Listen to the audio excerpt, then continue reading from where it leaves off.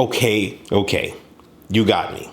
My laugh at Manchester United yesterday was a little premature since Arsenal lost to Aston Villa. However, that's how football goes. Arsenal didn't play too badly. Aston Villa were a little tired from their travails of beating Manchester City a few days earlier, so the game did not become as explosive as I thought it was going to be. Not least because the game had two late goals, one from Jorginho, a deflected shot in that ended up becoming a Martinez own goal, and the next one was a Gabby Martinelli breakaway goal. So that's fine. The game was not as exciting as it was built out to be. It was a very strong tactical game from two very tactically adept managers. Unai Emery had set his team up with a very high line, and his goal was to try and catch Arsenal offside as many times as possible, and that is one thing that it seems Arsenal were not able to recognize, at least early on in the game. However, the game was a very fast start for Aston Villa. They realized they needed to get to the punch faster than Arsenal did, and McGinn's goal in the 7th minute was enough to take out Arsenal.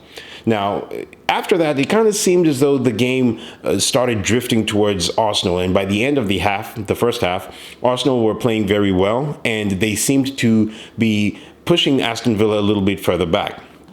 However, Aston Villa were able to defend very well, and Arsenal kept on asking questions without receiving the appropriate answers. Now, in this game, Saka was pretty quiet, which is probably not best for Arsenal at this moment. And Martinelli himself was threatening, but he didn't really do too much. The person that I was impressed with the most in this game was Kai Havertz, who seemed to be making some very good runs from the number 8 position. Now, if they were able to convert most of these chances, Arsenal probably were worth a point in this game. However, that did not come to fruition because Aston Villa's resolve was very good. Now, there were some calls in this game that were questionable. So the first being Gabriel Jesus's penalty claim shout, which I've seen those types of things given before. But if I'm to be objectively honest, I would think that, yes, it was very soft. And I do kind of agree with the on-field decision, which was not to give it as a penalty. Now, eventually, Arsenal were not given an equalizing goal when Kai Havertz turned the ball in after a little bit of a scramble when Matty Cash was it looked as though he handled the ball, but Kai Havertz seemed to have handled the ball 3 times. Now, Arteta wasn't very vocal about his thoughts, but his actions showed that he believed that Arsenal were robbed of another point. Now, I don't think there was much in the way of a difference between these two teams. I think Aston Villa played well in the first 20 or so minutes, but after that, Arsenal took control of the game and pretty much they took control as far as possession counts. But as far as chances, I think both sides showed that they were able to go and attack. I think that Arsenal probably should look into trying to drift their gameplay into something different because they have not exactly clicked yet, and that might cost them because they haven't played very well in their first 16 games, but they have been able to get most of the results that they have required. However, in these very tight games, you see against Manchester City, they were able to get ahead because of a deflected goal, and then they lost to Newcastle, a scrappy game based off of a few dodgy decisions, but they still lost the game. And then you have this Aston Villa game where I can't begrudge Aston Villa for winning it. After all, they did play well in the beginning part of the game, and they were able to keep Arsenal quiet for a vast majority of the game. Odegaard had a few shots that he should have turned in, and he is one player that Arsenal need to get ticking right now, because if they don't do that, that's not going to bode very well for Arsenal.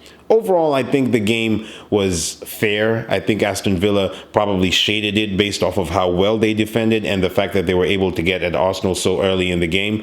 Arsenal have more food for thought because the next few games are not going to be easy for us. We have Brighton on the way, we have West Ham, and there is a date at Anfield with Liverpool. Now, that's a game that I historically fear, but I think the kind of confidence that Arsenal have given their fans makes us not too afraid to go and approach approach a game at Anfield. But one thing that Arsenal need to do is they need to start getting Martin Odegaard firing again, because he has not been the same player he was last season. And same to Martinelli. Now, we've seen glimpses of good play from Saka, and he seems to be on and off in certain games. Some games he is magnificent, but in some other games he seems to be struggling a bit.